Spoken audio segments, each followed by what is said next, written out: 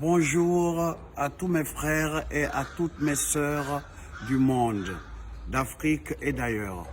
Je voudrais vous parler du coronavirus. C'est très grave et c'est très sérieux. Je vous demande à tous de respecter les consignes que nos gouvernants respectifs ont données. Parce qu'ils sont comme vous et moi. Ils ne sont pas assez informés. Personne n'a de médicaments. Les médecins qui doivent nous soigner sont désespérés. Il y a plus de 2 milliards de personnes confinées. Ça veut dire que les infirmiers, les infirmières, il n'y en aura pas assez.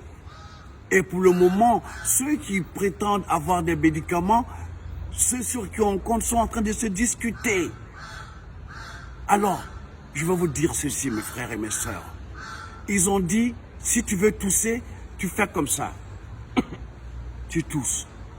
Si tu veux éternuer, tu fais comme ça. Et tu éternues. Et si tu dois te moucher, prends un papier et tu te mouches et après tu essuies. Si tu as une poubelle, tu mets là-dedans. Mon frère, si tu as un masque, porte-le. Si tu n'as pas de masque, c'est pas grave. Si tu as des gants, ok, porte-les. Ok, en attendant qu'ils finissent de discuter entre eux. Parce que même eux, ils ne connaissent pas. Parce que c'est une première mondiale. Je vais vous dire la vérité. C'est une guerre biologique. À la guerre comme à la guerre. On ne va pas dire que l'autre, on l'écoute parce que c'est l'autorité.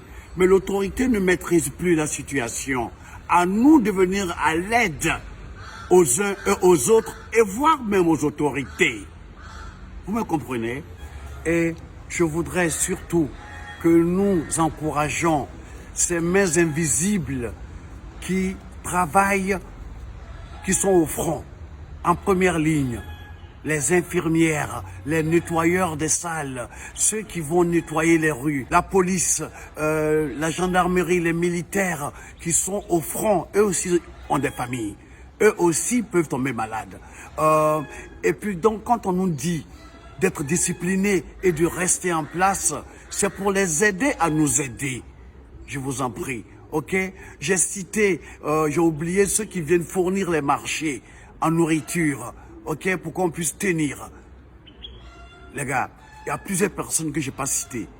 Mais toutes ces mains invisibles qui donnent leur vie pour que nous, on puisse survivre dans cette guerre, on a le devoir de les protéger en respectant les consignes de sécurité, de confinement. Donc, je compte sur vous. Si on vous dit de confiner, je suis confiné à l'heure où je vous parle. Je me suis un peu habillé proprement pour vous parler. C'est une guerre contre l'invisible. Ceux qui ont la foi, qui sont des croyants, priez. Envoyez des vibrations positives. Ne paniquons pas, n'ayons pas peur, ne nous stressons pas. Parce que c'est beaucoup stressant. D'être là comme ça, on ne sait pas que faire. Entre le confinement et le couvre-feu, on ne sait pas. Alors, respectons ce qu'on dit, on ne sait jamais. Nous sommes la race de Dieu. Nous sommes plus forts que le démon. Vous m'avez compris? Que vous soyez croyant, païen, athée, c'est pas grave. Vous êtes des frères à nous. Et cette guerre, nous la gagnerons. Soyons solidaires. Aux politiques, je vous demanderai de dire la vérité si vous pouvez. Je sais que vous avez peur de créer la panique. Mais vous aussi, vous êtes malades. Parmi vous, il y a d'autres qui sont malades. Ce mal est planétaire. Cet ennemi est invisible. Mais il est visible par tout le dégât, tout le méfait qu'il fait. Alors, je vous demande du fond de mon cœur, peut-être que je ne serai pas là demain. Manu Dibango, le grand frère, est parti. D'autres sont partis. Des milliers sont partis.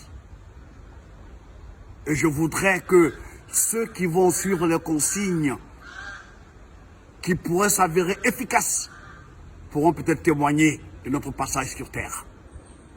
Je compte sur vous. Ok? Et en tant que musulman, on dit La ilaha illallah. La ilaha illallah.